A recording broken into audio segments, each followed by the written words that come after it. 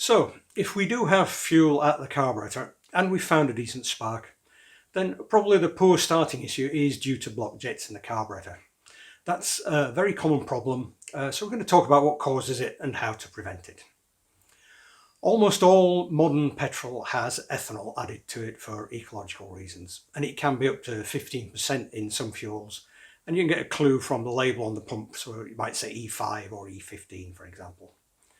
Now, ethanol is not a problem in normal use, and it rarely affects modern fuel-injected cars or motorbikes, but it can be really bad for small engines that use carburetors, such as our outboards and all those small petrol engines we have on chainsaws and strimmers and other garden equipment.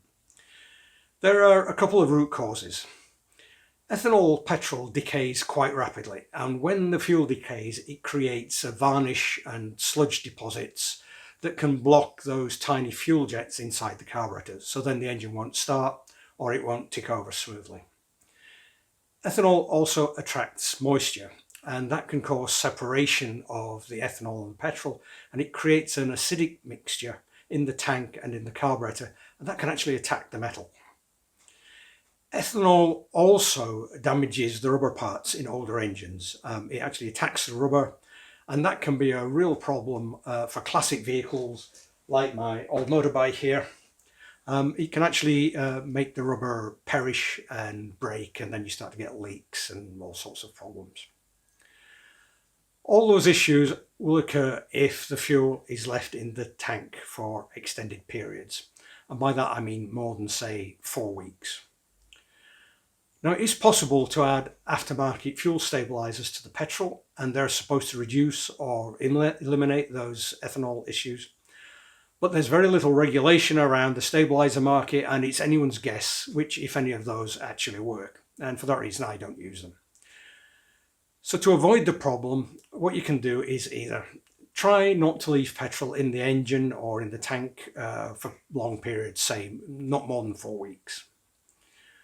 When you finish with the engine, before you actually cut it off and you're going to put it away, just run it with the fuel tap closed until it's sucked all the fuel out of the carburetor, and then it'll be pretty free of ethanol. Not completely probably, but almost free of ethanol when you put it away. The other thing that you can do is to avoid ethanol petrol altogether. Now, I know that in many parts of the world it's really difficult to do that, but we're lucky here in the UK because at the moment there is still just one brand of fuel that you can buy in most parts of the UK that doesn't contain ethanol, and that's this stuff. It's called SO Synergy Supreme Plus 99 or SO Supreme Unleaded 97, and this petrol, as at today, which is January 2021, in some parts of the UK, it is still free of ethanol. So if you take a look on the internet, go to the website for this company, look at their FAQs, do a search for ethanol, and you'll find if the part of the country where you live has got zero ethanol petrol available there. When you get to the forecourt and you see that there's some of this stuff for sale, you might notice that on the pump it's got this E5 label, and then you'll think, oh, David was talking a load of rubbish. This stuff has got 5% ethanol in it. Well, actually, that may not be the case. There is no such thing as an E0 label for ethanol fuel. And the petrol companies are obliged to put a label on the pump, so they have to use this E5 one, which says it's up to 5% ethanol. But actually, in the case of this particular stuff, in the part of the UK where I live and some other parts too, it is actually zero ethanol. Check the website and the FAQ where you live to see if it's ethanol free there. Now, you can also buy ethanol free fuel in small quantities from some other suppliers, but not on the forecourts. There's a little company called Aspen, for example, who sell small quantities of petrol that you can often buy through hardware shops. And it's often used by forestry workers in their chainsaws because it doesn't produce much in the way of poisonous fumes, and forestry workers have suffered quite a lot from that in the past. There's also companies like Classic Fuels and there's a fuel called Sunoco Optima. And those companies mainly supply petrol for use in racing purposes. But you can buy that stuff too. You have to look on the internet and see where you can get it from. It is quite expensive, so you probably wouldn't be wanting to buy huge amounts of it, but it's ethanol free and it might be worth considering. If you can't run on ethanol free for the whole year, what you could think about is maybe just using a small amount of ethanol free for the last time you run the motor before you put it away for the winter. Use that stuff, run it through the engine, and then you'll be pretty sure that you haven't got any ethanol left in the carburetors when you've finished. If you haven't been able to do that and your jets and your carburetor have got blocked, then you'll sometimes see people recommending just squirt some of this stuff, carburetor cleaner, into the air intake, and that'll fix the problem. Well, actually, it probably won't. You're going to have to take the carburetor apart and clean the jets to fix the issue. It's not difficult to do on these small carburetors, so that's what we're going to do next. So to remove the carburetor, we don't really need many tools. A Phillips screwdriver, a pair of pliers, and a 10mm ring spanner. That's all that's needed to get it off. It's a really good idea before you take anything to pieces, just to get your mobile phone and take a few pictures looking from above and from the side of the carburetor, so you've got a record of how the cables and all the pipes were attached before you take anything apart.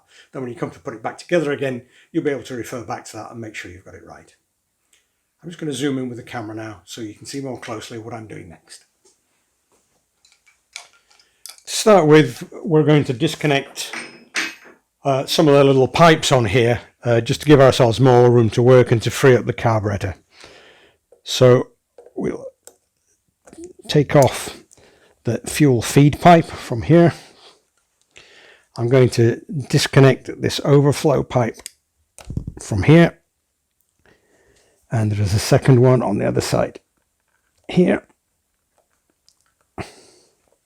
He's off, and then I'm going to release the breather pipe that comes from the engine, pull him off. And now we've got a little bit more room to work.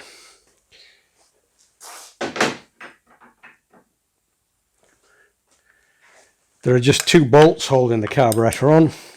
They shouldn't be on very tight, so they ought to come off relatively easily. Just slacken that one a little bit. This one on the inside is a little bit awkward to get to.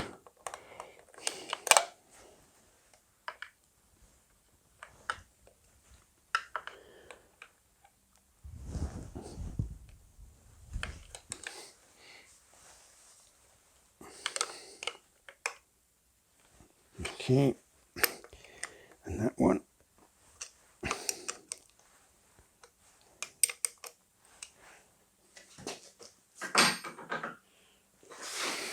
Then we can take our screwdriver, get in there, and take them all the way out.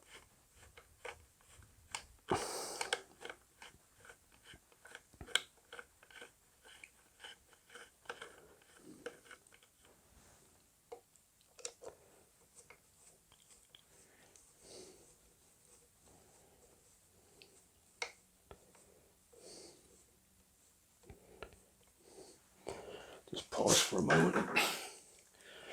I'm just going to take that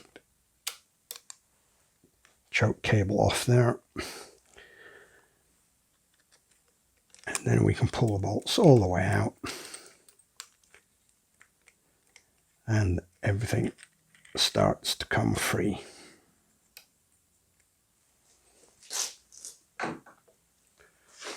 When you pull this off, just look out, because there's that heat insulator and a gasket there. There's another gasket on this face here. We don't want to lose those. Let's put those to one side. Once we've got them loose like that, just free the choke cable, and this one, as you see, is just dropped off all on its own. That's the actual throttle. We leave him in there, and that's the carburetor. is off. So I'm going to take that into my workshop now because it's actually brass monkeys out here and I want to work somewhere warmer. Okay, so here we are in the workshop and we're going to start to work on this carburetor. Now when we start to take it apart, there are some really quite small pieces inside of here which are likely to fall out. So I've prepared myself a very clean working area with a little tray on it, and I suggest that you do something similar for yourself, either use an old tea tray or even just spread out some newspaper on the tabletop before you start and try and be somewhere where you won't get disturbed. Okay, so let's take this to pieces and we'll see what's inside. So the first thing we're going to remove is the float bowl here, and it's held on by these two screws. It's very too difficult to get them out.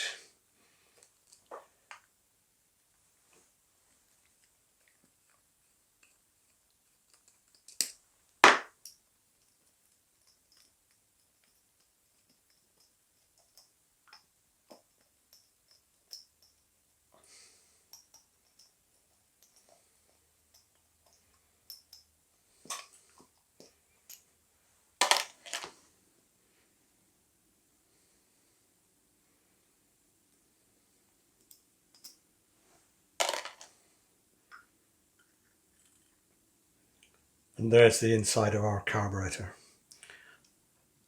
The float bowl on this one is quite clean. You'll notice there's a neoprene rubber seal around there. I'm not going to disturb that. I'll just put that to one side. And inside the float bowl here, we can see the actual float itself.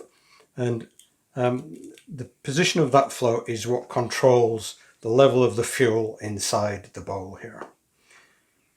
It's held on with a little steel pin. We're going to pull that pin out.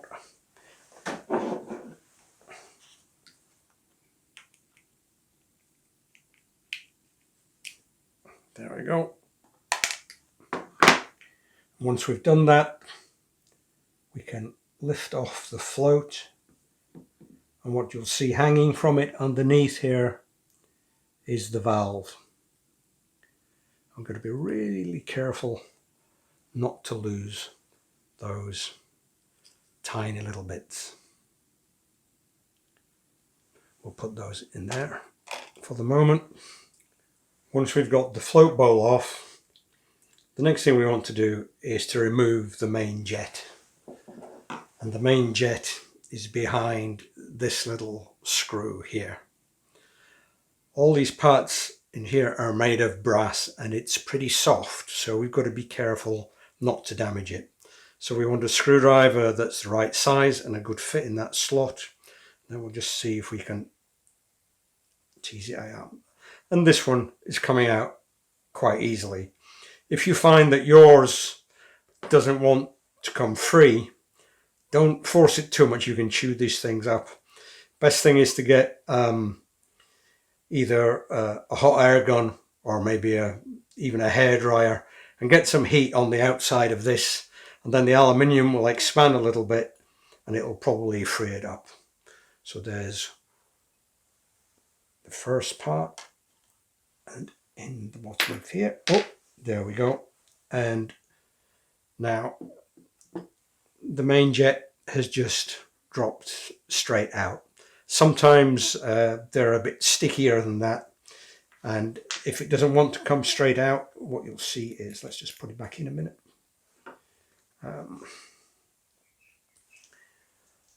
Looking through there, we can see the top of that main jet sticking up inside the carburetor. Sometimes you need to reach in there with a little screwdriver or something and just push it down like that.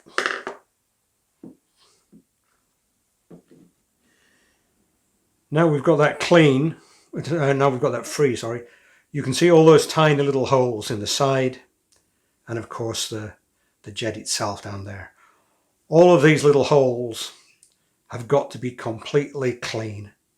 And of course what happens with the gunge in the fuel is it bungs up some of those, or even the main jet itself, or possibly the tiny little jet too that's in the bottom of here. And then your carburetor just doesn't want to work anymore. So we're going to clean those out now and make sure everything's clear the way it ought to be.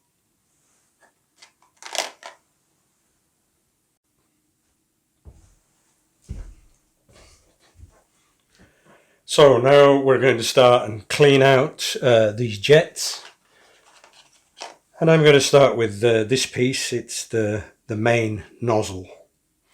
Now if we just take a look at this thing closely, we can see there are lots of tiny little holes in it here that go all the way through. There are 1, 2, 3 or 4 sets of those, plus of course the hole right down the middle. And you need something fairly small to clean those through. I've got these special little carburetor cleaning tools and some brushes. It's not strictly necessary. You probably haven't got those. You can do the same thing with a piece of copper wire from the inside of an electrical cable. But when you do that, just be careful what tool you choose to use to clean those out, and be a little bit gentle putting things through there, because those holes, the size of those holes is actually critical to the correct operation of the carburetor. And if you start driving all sorts of things through there that change the dimensions of those holes, you can make the thing run badly. There is actually one video on YouTube where I've seen a chap actually using a drill bit for doing this, and that probably isn't recommended. Of course, if it's an emergency situation, you might have to use whatever you've got to hand. So we'll just give this a little blast through with some carb cleaning fluid. Put my little brush down the middle, clean him out. And then tackle each of these holes in turn and go all the way through and make sure that every single one is clean and free from any obstructions. So I'm going to do that until all these are clear, and we know that's good because we just had the brush through there, and that one's good too. So I'll do all of those first on this one, and then we'll have a look at the main jet. So having cleaned out the main nozzle, we're now going to take a look at the main jet and just make sure that that is clear also.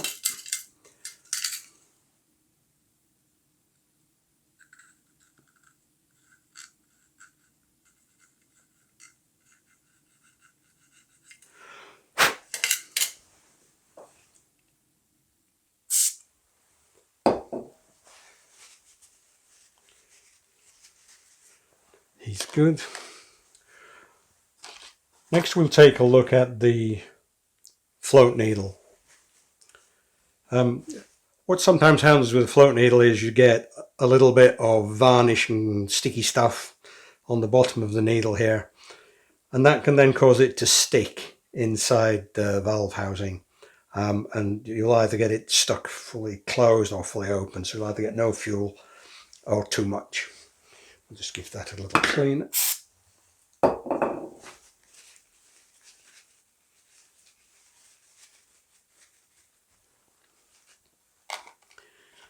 Whilst we're here, we'll take a quick look at the float itself.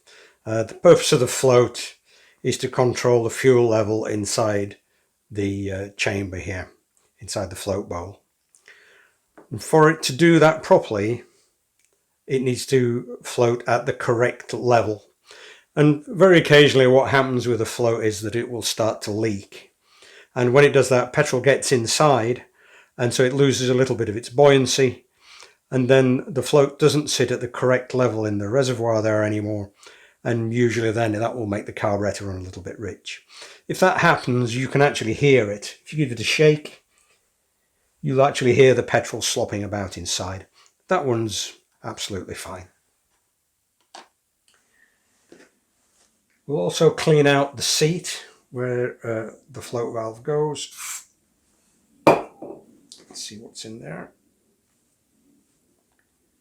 I'm using some Q-tips for that.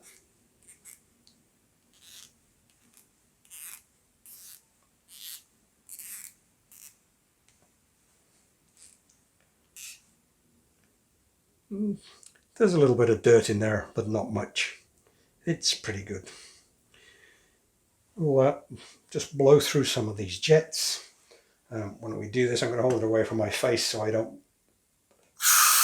blast myself in the face. There we go.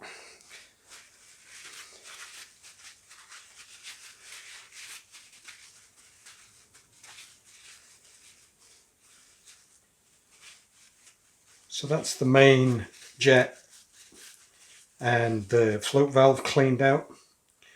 We now want to take a look at one more jet, which is up here, and that's the idle jet. So we've got to take that one out too.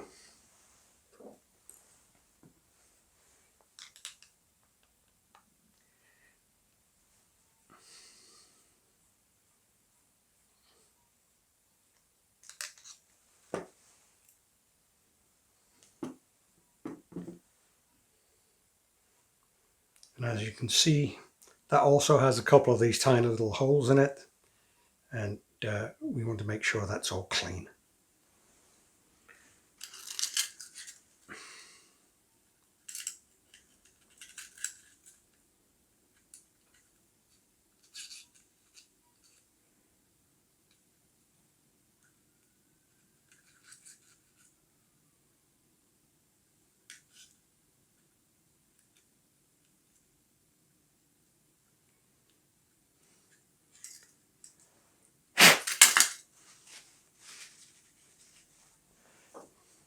Okay, I'll just have a little blow through.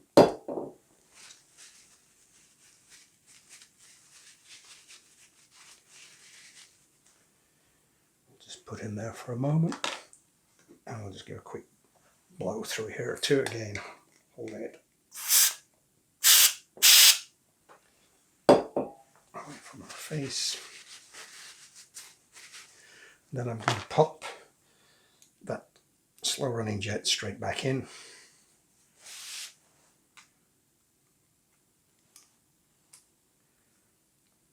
Again, we have to be really careful putting this stuff in.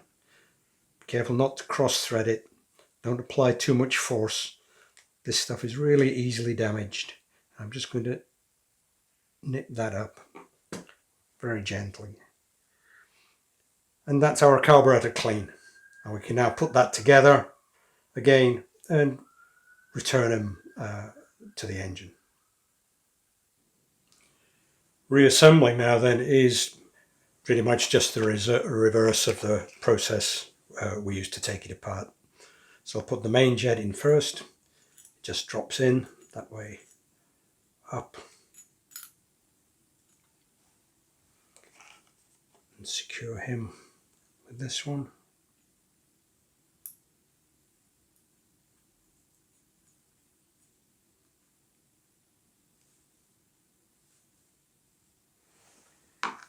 And again, I'm just going to nip it up very carefully.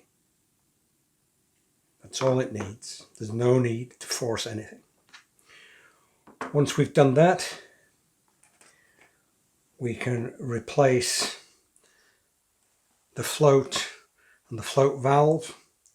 So that float valve just hangs on there, and we drop it into place so that the valve slides into the chamber, and then replace the pin.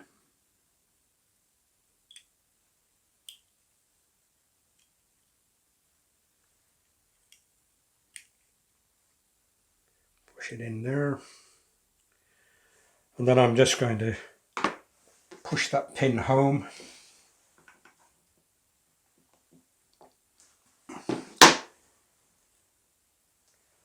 So that it does protrude from the other side.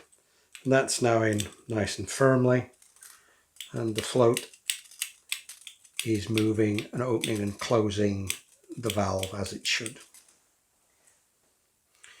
We can then replace the float chamber, which goes on which way?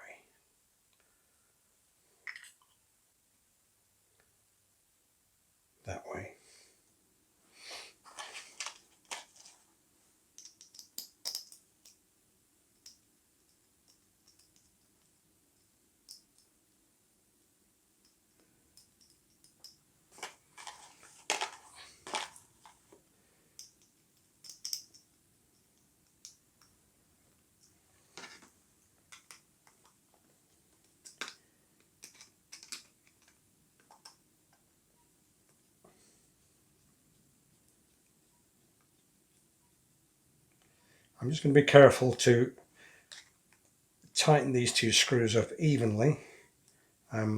We don't want to tighten it down a little bit lopsided, because these two screws have to compress that little neoprene seal, and we want that compressed evenly all the way around.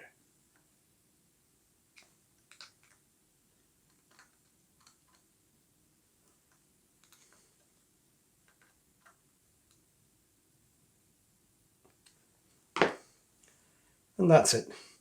Our carburetor's back together again and ready to replace on the motor.